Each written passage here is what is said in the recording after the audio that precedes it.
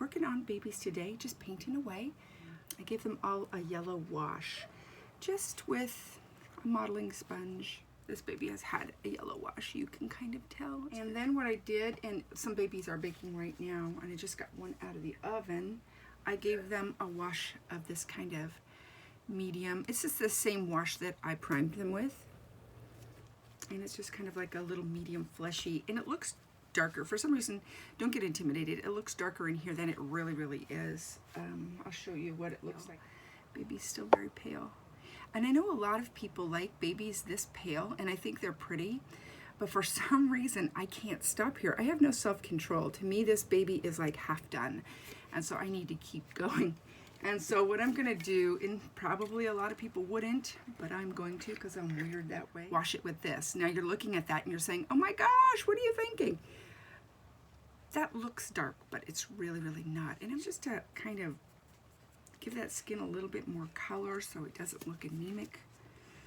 And I'm gonna pat it in really well. I don't want any excess. Make sure you get in those cracks and crevices. You don't want pink to pull up in there, but you want to make sure you don't miss them. Now I'll show you this color compared to that color. Super subtle, and the thing that happens, the magic that happens, is where there is color, it won't look the same. So where it's pale, it's going to be one color, and where there's a lot of red, it's going to be another color. And I'm going to do that face last. Today I may venture out to Home Depot. I keep telling myself I'm not gonna, but I really want to get our garden beds done. And I've been rationalizing, saying everything is outside. I can pay with my credit card before I go, or so I don't have to touch anything. No one has to touch anything of mine. And other than touching the trolley that you put all your plants on, there's really not a lot of shared touched things. And I have hand sanitizer in my car, and I will wear a mask. But if I go and there are a lot of people there, I will probably just come right back home. My cousin lives in Colorado. She just sent me a picture of her backyard.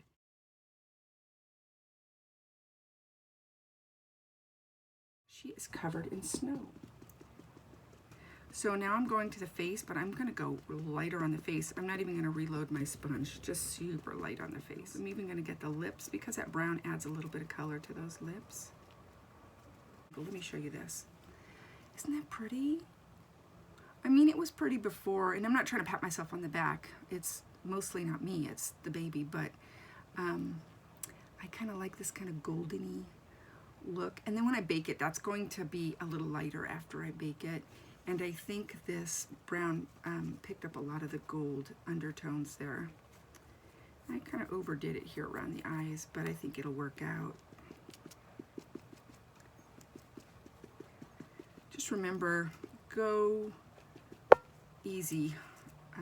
You can always do more and more layers. I know it's frustrating to do more layers, and it takes a lot of time, but it's better to just do more layers because you can't take back what you've done. And I'm sorry, I'm all over the place today. I'm going to put in some veggies. I don't think I'm going to do like traditional garden vegetables this year. I can't remember which sponge is which now. I'm going to do mostly herbs. I have fruit trees. I have a very small backyard, and everybody said, you don't have a backyard big enough for fruit trees. And I said, oh yes, I do. I just keep them dwarfy by pruning them every year. And I mean, if I probably would let them grow and grow to their natural size, I would get a lot more yield, but I don't need a lot more yield. Our two walnut trees are way too big. Those are neglected, but my fig tree's a nice size. I have a pomegranate tree or bush. I don't know, is a pomegranate a bush or a tree? I don't know, but it gets really big, but we just keep it cut back. One year I didn't prune it and it got really big. And oh my gosh, I must have had 1,000 pomegranates. I was just leaving them on all my neighbors' doorsteps. But we keep that.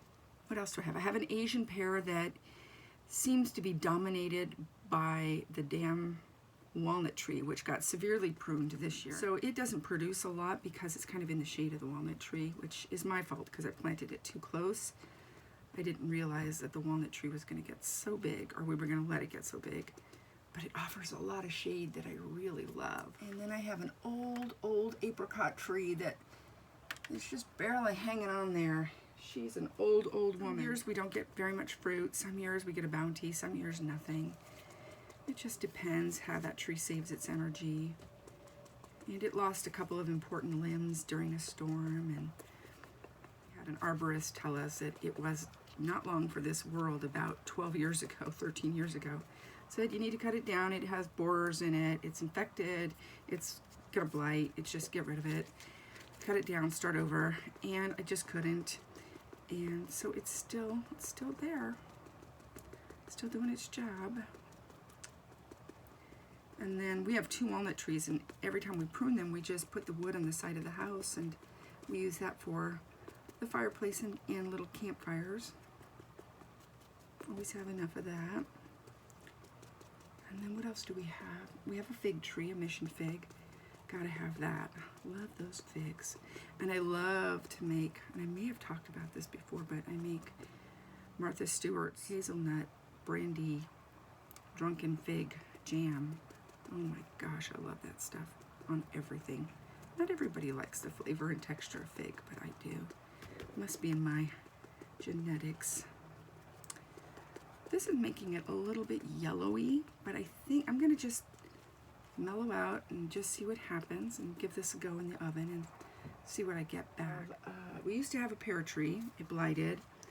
Then it sent up a shoot or a sucker from the old stump, and then I let that grow and it turned into another pear tree. After it started fruiting, it blighted too, so I did not try again. We have a Granny Smith tree in the side yard that, you know, it's a perfect size for that part of the yard. And it gives us lots of apples. And I have a friend who has a horse, and she comes and collects all the apples that fall, and she brings it to the barn. I have a Gala apple tree that's just very, very small, and we had to cut most of it down when we built my son's studio because it got in the way. Or what? Oh, in the front yard we have a plum tree, and it's the big plums. So this year I think I'm just going to do herbs. I'm going to do a lot of basil, Thai basil, regular basil. And then I have mint and oregano that grow like crazy. As you know, those things are just wild savages, and they'll take over your whole yard.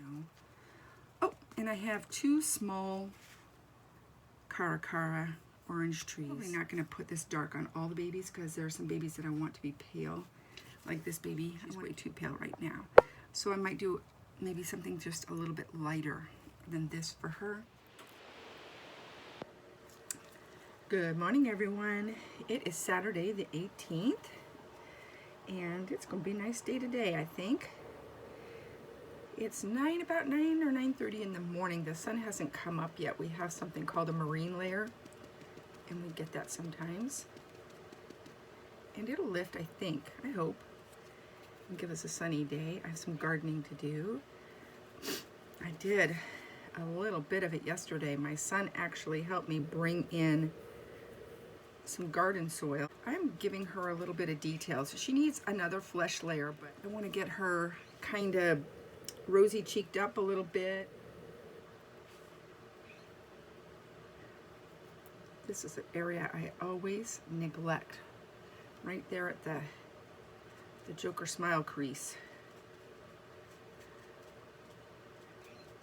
I have to remember when I put the flesh on to give that a little bit of extra attention. I was going to leave her super pale and almost like this pinky lavender color. After I baked her a few times, she just looked, I don't know, not very alive. Feather up her lips a little bit. So there she is.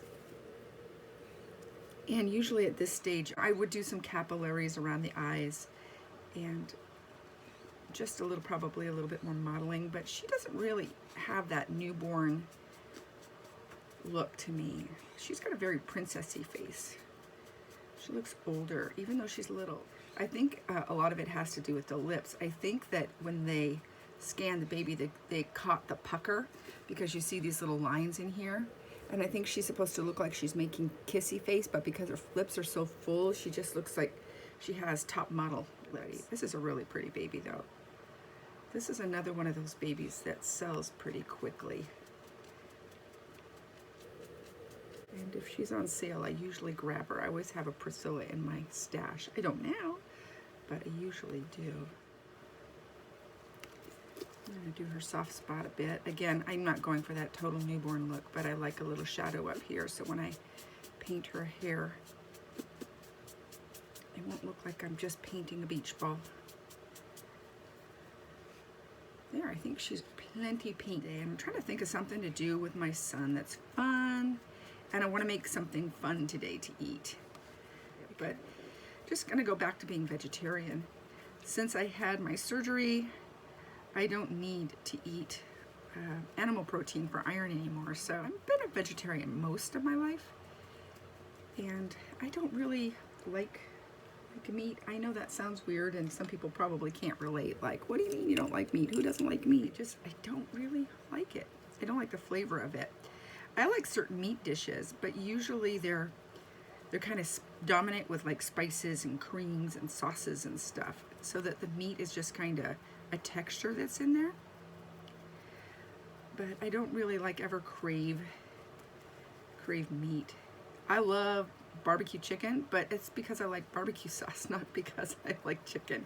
Like, I always think it's yummy to have barbecue pizza, you know, instead of red sauce, to use barbecue sauce. And I like to use green onions, potato, barbecue sauce, cilantro.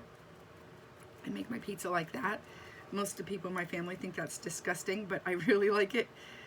And I kind of get my barbecue fix like that. I also like barbecue tofu.